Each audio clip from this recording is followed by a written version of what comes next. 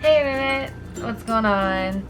I am so happy it's finally fall. This is my second fall video for this season. I am making a pumpkin spice latte flavor and I hope you enjoyed today's video. Please subscribe down below if you haven't already, and I hope you like it and the flavors are gonna be good. So let's do it. Okay, so I took a small pumpkin and I scooped out the insides. You can save those for later and bake them if you like. It's really good. Then it was time to bake them at 400 degrees, about 30 to 40 minutes till they're soft. After that, I pulled them out and let them cool. And what you need to do next is you need to kind of scrape the inside of the pumpkin out. That is what's going in the ice cream. So we're going to do that, and then we are going to puree it. I chose to do that in the blender. So we're going to set that aside, and then in another bowl we are going to add 2 tablespoons of milk with a tablespoon and a teaspoon of cornstarch, and we're going to set that to the side after. So in another bowl we're going to take 3 tablespoons of softened cream cheese and half a teaspoon of salt and add our pumpkin puree to that, and also 1/4 cup of honey, and we're going to mix that up.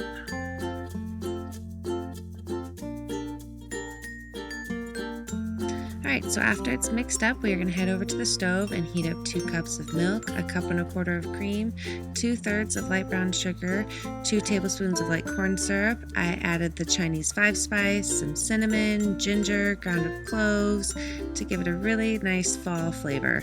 So I've mixed that in, heat that to a simmer. Then I added 2 tablespoons of coffee extract to give it the latte taste. Brought that to a simmer. Then I added the cornstarch to help thicken it up. Then it was time to strain it with our pumpkin mixture. And after that, we needed to chill it, churn it, and then freeze it.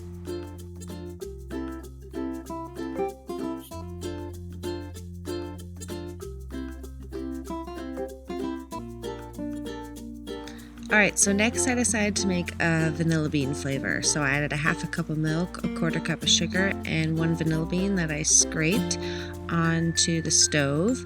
And then I let that come up to a simmer. And then in a separate bowl, I added 4 egg yolks and another 1/4 cup of sugar to mix. And so now I'm going to temper the eggs with the hot cream mixture, making sure I don't scramble the eggs. It's very important.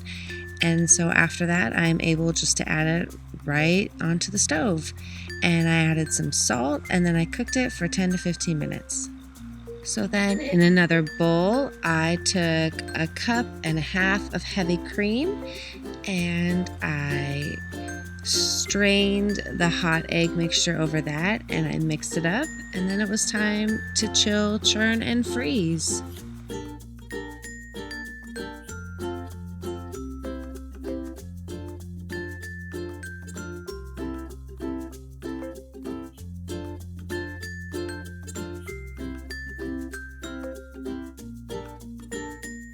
So at the last minute, I thought it'd be super fun to try and deep fry some ice cream. So I waited till both my ice creams were frozen and I scooped some balls out and I let those freeze for 2 hours.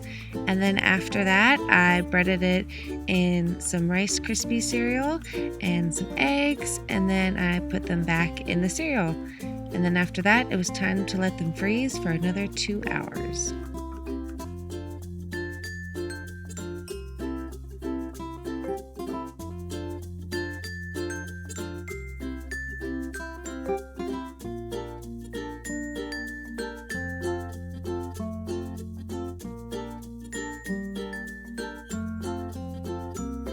Okay, so after another 2 hours of freezing, we can finally deep fry them. So I have set up at least 3 inches of oil to 400 degrees. Julian's gonna help me deep fry them because I don't want to kill myself. You want to help? So it only takes 15 seconds each for these balls to fry.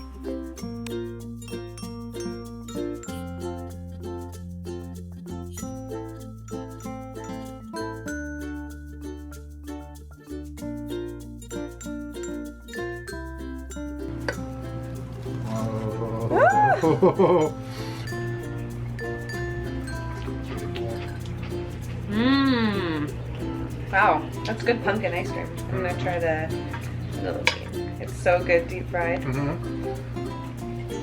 Wow. Oh, I really like the vanilla. It's really good. Wow.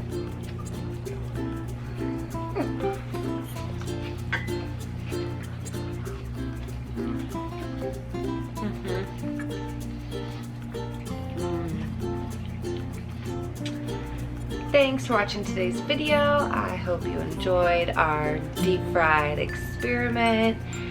It was really good. I really like the vanilla bean ice cream. The pumpkin ice cream, it was good. Had a lot of seasoning in it from that Chinese 5-spice. I didn't really taste my coffee, so maybe it was kind of a fail on the latte side, but I'll always try again. I have a few more pumpkin recipes I've seen that aren't so crazy seasoned, so those might work better. Yeah, I really liked the deep fried ice cream. That was so good, so good. Definitely, we're gonna do that again. That's gonna be a tradition. So yeah, please subscribe, and I'll see you next week.